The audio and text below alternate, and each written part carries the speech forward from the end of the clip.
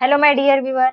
Director of Medical Education and Research Mumbai DMER Mumbai यांच्याकडून काही पद आरोग्य विभागासाठी लवकरच व्हॅकन्सीमध्ये निघणार आहेत. त्या पदांसाठी क्वालिफिकेशनचं नोटिफिकेशन त्यांच्या ऑफिशियल वेबसाईटला अवेलेबल आहे. ज्यामध्ये क्वालिफिकेशन रिक्रुटमेंट असं दिलेलं आहे जे की 2023चं नोटिफिकेशन आहे आणि याशी रिलेटेड 2024 मध्ये लवकरच खूप सगळ्या व्हॅकन्सी DMER कडून निघणार आहेत. त्यामध्ये कोणकोणती पोस्ट येणार आहे, त्यासाठी कोणते कोणते एज्युकेशनल क्वालिफिकेशन असणार आहे, ते क्वालिफिकेशन आज मी तुम्हाला सांगणार आहे.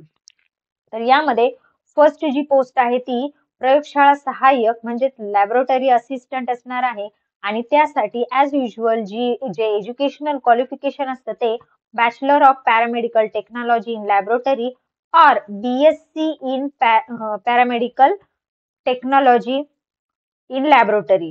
तर DMLT झालेलं असायला पाहिजे किंवा BSc MLT झालेलं असायला पाहिजे जर सपोज तुम्हाला लॅबोरेटरी असिस्टंट या पोस्ट साठी अप्लाय करायचं आहे तर. यामध्ये bachelor of science with physics chemistry और biology and diploma or certificate in laboratory हे असायला पाहिजे. Have valid registration as per Maharashtra paramedical council act 2011 नुसार त्यांचं रजिस्ट्रेशन झालेलं असायला पाहिजे. Preference shall be given to candidate having minimum 1 year experience. कमीत कमी 1 वर्षाचं त्याला लॅब असिस्टंट म्हणून एक्सपिरियन्स असायला हवं इन गव्हर्नमेंट रिकॉग्नाइज्ड हॉस्पिटल. त्यानंतर नेक्स्ट पोस्ट आहे लॅबोरेटरी टेक्निशियनची. यामध्ये सेम एज्युकेशनल क्वालिफिकेशन असणार आहे bachelor of paramedical technology in laboratory और BSc in paramedical technology in laboratory. याचबरोबर वर जे दिलेलं एसेन्शियल क्वालिफिकेशन आहे ते सेम क्वालिफिकेशन लॅबोरेटरी टेक्नॉलॉजीसाठी इथे दिलेलं आहे. त्यानंतर नेक्स्ट पोस्ट आहे ग्रंथपाल म्हणजेच लायब्रेरियनची पोस्ट आहे. Post graduate degree in art commerce और सायन्स PG झालेलं असायला हवं आर्ट कॉमर्स और सायन्स मधून. Preferably MSc with biology or zoology. Biology किंवा झुलॉजी मध्ये यामध्ये MSc झालेलं असायला पाहिजे. In addition, possess degree in library science from statutory university. तर यामध्ये डिग्री असायला पाहिजे लायब्ररी सायन्सची. त्यानंतर लायब्ररी असिस्टंट त्यांना पाहिजे आहे. Have passed SSC examination of Maharashtra secondary and higher secondary examination board Pune or equivalent examination recognized by government plus a certificate course of 6 month duration in library science. हे education library assistant साठी पाहिजे आहे. Assistant librarian या ठिकाणी same educational qualification possess degree of art science and commerce किंवा preferably BSc in biology or zoology plus diploma or certificate course of 6 month duration in library science of recognised institute. तर या ठिकाणी BSc zoology मध्ये किंवा biology मध्ये असायला पाहिजे. त्यानंतर स्वच्छता निरीक्षण सॅनिटरी इन्स्पेक्टर आहे. सॅनिटरी इन्स्पेक्टर साठी सर्टिफिकेट कोर्स या ठिकाणी झालेला पाहिजे. हेल्थ सॅनिटरी इन्स्पेक्टर म्हणून त्यांनी काही दिवस काम केलेलं पाहिजे. मिनिमम 1 year ट्रेनिंग त्यांची झालेली असायला पाहिजे. त्यानंतर नेक्स्ट पोस्ट आहे इलेक्ट्रोकार्डिओग्राफी टेक्निशियन ECG टेक्निशियन ज्याला आपण म्हणतो. यामध्ये ECG टेक्निशियनचं एज्युकेशनल क्वालिफिकेशन आहे BSc of paramedical technology in cardiology or bachelor of science in paramedical technology in cardiology. हे एज्युकेशन क्वालिफिकेशन पाहिजे किंवा BSc of science with physics chemistry biology and diploma or certificate in cardiology इथे असायला पाहिजे किंवा ECG मध्ये काम करण्यासाठी ECG टेक्निशियन म्हणून काम केल्याचं 1 yearचं एक्सपिरियन्स त्यांना पाहिजे आहे. नेक्स्ट पोस्ट आहे डायटिशियनची ज्यामध्ये BSc होम सायन्स और स्टॅट्युटरी युनिव्हर्सिटी मधून BSc होम सायन्स झालेलं पाहिजे. फार्मसिस्टसाठी HSC आणि equivalent examination recognised by government. तसेच पजेस डिप्लोमा और डिग्री इन फार्मसी म्हणजे त्यांचं D.Pharm झालेलं हवं किंवा M.Pharm असेल तर चालेल. त्याचबरोबर रजिस्ट्रेशन झालेलं पाहिजे ऍज पर ऍक्ट 1948. त्यानंतर नेक्स्ट आहे डॉक्युमेंटलिस्ट और कॅटलॉगर. कॅटलॉगर साठी SSC एक्झामिनेशन त्यांची महाराष्ट्र स्टेट बोर्डची असायला पाहिजे. त्याचबरोबर 6 मंथ लायब्ररी सायन्स मध्ये रेकॉग्नाइज इन्स्टिट्यूट मध्ये सर्टिफिकेट कोर्स त्यांचा झालेला पाहिजे. त्यानंतर नेक्स्ट पोस्ट आहे सोशल सर्व्हिस सुपरिटेंडंट, जो की मेडिकलचा पाहिजे. Master degree in social science त्याचं झालेलं पाहिजे. आणि candidate having above degree with medical and psychiatric or family and child welfare किंवा दोन्ही असायला पाहिजे. ऑक्युपेशनल थेरपीसाठी BSc इन ऑक्युपेशनल थेरपी पाहिजे. बॅचलर ऑफ ऑक्युपेशनल थेरपी पाहिजे. Should pass valid registration from Maharashtra state occupational therapy or physiotherapy council. त्यानंतर next आहे दूरध्वनी चालक, ज्याचं SSC किंवा इक्विव्हॅलंट एक्झामिनेशन पाहिजे.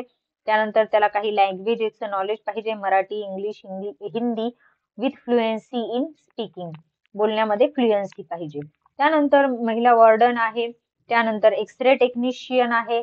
एक्सरे टेक्निशियन साठी त्या पॅरामेडिकल टेक्नॉलॉजीचा जो कोर्स असतो रेडिओग्राफीचा तो झालेला त्यांचा पाहिजे, किंवा BSc त्यामध्ये BSc प्लस रेडिओग्राफीचा सर्टिफिकेट कोर्स त्यांचा झालेला पाहिजे. त्यानंतर किरण सहाय्यक, ज्याला आपण एक्सरे असिस्टंट असं म्हणतो, ते यांचं सुद्धा educational qualification same X-ray technician सारखं असायला पाहिजे. त्यानंतर नेक्स्ट आहे दंत आरोग्य, दंत स्वास्थ्य आरोग्य, तर या ठिकाणी त्यांचं HSC पास पाहिजे. त्यानंतर diploma in dental hygienist recognise by DCI, यामध्ये डिप्लोमा झालेला पाहिजे. आणि त्यांचं जे सर्टिफिकेट आहे ते व्हॅलिड रजिस्ट्रेशन पाहिजे Maharashtra state dental council under the dentist act 1948 through. त्यानंतर फिजिओथेरपिस्टची पोस्ट आहे ज्यामध्ये HSC पास झालेलं पाहिजे. आणि फिजिओथेरपिस्टचं त्यांच्याकडे बॅचलर डिग्री असायला पाहिजे. त्याचं रजिस्ट्रेशन सुद्धा Maharashtra state council of occupational therapy और फिजिओथेरपी मध्ये झालेलं पाहिजे. डेंटल टेक्निशियन असेल तर डेंटल टेक्निशियन साठी DCI चा डेंटल मेडिकल कोर्स त्यांचा झालेला पाहिजे. असिस्टंट डेंटल टेक्निशियन आहे. आर्टिस्ट कम फोटोग्राफर आहे. तर त्या ज्या पोस्ट आहे त्या पोस्टशी रिलेटेड त्यांचं एज्युकेशन झालेलं पाहिजे. त्यानंतर नेक्स्ट पोस्ट आहे ऑडिओमेट्रिक टेक्निशियन और ऑडिओ व्हिज्युअल टेक्निशियन, तर preference will be given to candidate possesses 1 year experience in audiology. Audiology मध्ये ज्यांना 1 yearचा एक्सपिरियन्स आहे अशांना प्रेफरन्स दिला जाणार आहे. ऑप्थॅल्मिक असिस्टंटची या ठिकाणी एक पोस्ट आहे. हायर सेकंडरी जे एज्युकेशन आहे ते विथ सब्जेक्ट फिजिक्स, केमिस्ट्री आणि बायोलॉजी असायला हवं. त्याचबरोबर have pass 2 year training course of ophthalmic assistant at any institute. Ophthalmic assistant म्हणून त्याने 2 yearचा ट्रेनिंग कोर्स घेतलेला पाहिजे. डायलिसिस टेक्निशियन आहे. यामध्ये possesses a bachelor degree of statutory university in science with physics, chemistry or biology and DEMLT from one of medical college or from any institute recognized by the university. त्यानंतर टेलरची म्हणजे शिंपीची post आहे ज्यामध्ये त्यांचा तो particular course झालेला पाहिजे. Carpenter साठी सुद्धा पर्टिक्युलर त्यांचा ITI तो झालेला पाहिजे. गृह आणि वस्त्रपाल गृह लिनन कीपर ज्याला म्हणतो HSC आणि त्याचा पर्टिक्युलर ITI त्यांचा झालेला पाहिजे. जनरेटर ऑपरेटर मध्ये त्याच ठिकाणी पर्टिक्युलर तो ITI झालेला पाहिजे. ब्रेज फिटर किंवा कातारी किंवा जोडारी मिस्त्री जे असतात त्यांच्यासाठी सुद्धा पर्टिक्युलर कोर्स त्यांचा डिप्लोमा त्या ठिकाणी झालेला पाहिजे. त्यानंतर नेक्स्ट पोस्ट आहे, हे सगळे नॉन मेडिकल पोस्ट आहेत. त्यानंतर लोहार सांधांत आहे. सांख्यिकी सहाय्यक, शारीरिक निर्देशक, शारीरिक प्रशिक्षक निर्देशक या ठिकाणी आहेत. त्यानंतर मोल्ड रूम तंत्रज्ञ. ह्या सगळ्या पोस्टच्या वॅकन्सी फ्रेंड्स लवकरच DMER कडून निघणार आहेत, तर यावर तुम्ही लक्ष ठेवायचं आहे. आणि ज्यावेळेस DMER ते ऑफिशियल नोटिफिकेशन येईल वॅकन्सीचं त्यावेळेस मी तुम्हाला नोटिफिकेशन देऊन टाकेल आपल्या या एज्युकेशन चॅनलला. त्यासाठी आपल्या चॅनलला सबस्क्राईब करा आणि या व्हिडिओला तुमच्या फ्रेंड्स मध्ये ज्यांना नेसेसरी असेल, जे हे क्वालिफिकेशन बिअर करतात, त्यांना हे नोटिफिकेशन तुमच्या व्हॉट्सअप वरून शेअर करा किंवा त्यांना शेअर करा ही लिंक, जेणेकरून त्यांना लक्षात येईल की ह्या असल्या वॅकन्सी लवकरच येणार आहेत. त्यानंतर नेक्स्ट पोस्ट आहे परिचारिकेशी रिलेटेड परिचार्य पदे, अधिपरिचारिका आहे ज्यांचं जनरल नर्सिंग मिडवायफरी झालेलं पाहिजे, GNM चा जो कोर्स असतो तो झालेला पाहिजे, BSc नर्सिंग कोर्स असायला हवा किंवा diploma degree course should be pass from the institute of state government council Mumbai मध्ये मुंबईचं गव्हर्नमेंट महाराष्ट्र त्यांचं रजिस्ट्रेशन झालेलं पाहिजे. त्यानंतर उच्च श्रेणी लघुलेखक म्हणजे टायपिस्टची ही पोस्ट असते, त्यामध्ये टायपिस्टचं या ठिकाणी स्पीड त्यांनी दिलेला आहे. शॉर्ट हँड स्पीड त्यांना 120 WPM रिक्वायर्ड पाहिजे किंवा टायपिंग इंग्लिश 40 WPM और मराठी 30 WPM चं पाहिजे. लघुलेखक, लघुटंकलेखक यासाठी त्यांनी सेम क्रायटेरिया या ठिकाणी दिलेला आहे. हे सगळे नॉन मेडिकल पोस्ट होते. वर जे दिले होते ते सगळे मेडिकल पोस्ट होते. जर सपोज तुम्ही या असल्या DMER च्या गव्हर्नमेंट जॉब साठी जर अप्लाय करणार आहात तर त्यासाठी आत्ताच प्रिपरेशनला स्टार्ट करा. स्टार्टिंगची 1 नंबरची जी पोस्ट मी तुम्हाला आधी सांगितलेली होती, ह्या 2 पोस्टसाठी स्टडी मटेरियल आपल्या चॅनलवर अवेलेबल आहे. प्रयोगशाळा सहाय्यक, लॅबोरेटरी असिस्टंट आणि लॅबोरेटरी टेक्निशियन या 2 साठी म्हणजे तुमचं जर पॅरामेडिकल कोर्स झालेला असेल, DMLT मेडिकल लॅबोरेटरी टेक्नॉलॉजीचा जर कोर्स झालेला असेल तर तुम्ही या असल्या पोस्टला अप्लाय करू शकतात.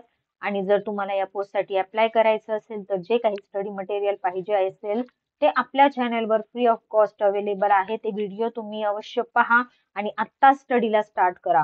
ज्यावेळेस या पोस्ट निघणार आहेत त्यावेळेस मी तुम्हाला माझ्या आपल्या YouTube चॅनलवरून नोटिफिकेशन देऊन टाकेल. त्यावेळेस तुम्ही हे फॉर्म भरा आणि यासाठी अप्लाय करा जेणेकरून तुम्हाला सक्सेस मिळेल. फ्रेंड्स, आधी ज्यावेळेस जागा निघणार त्यानंतर तुम्ही स्टडी करणार, त्यापेक्षा जागा निघण्याच्या आधी नोटिफिकेशन येण्याच्या आधी तुम्ही स्टडीला स्टार्ट करा. या व्हिडिओला लाईक करा. Thank you for watching till the end. असेच आपल्या चॅनलला अटॅच राहा.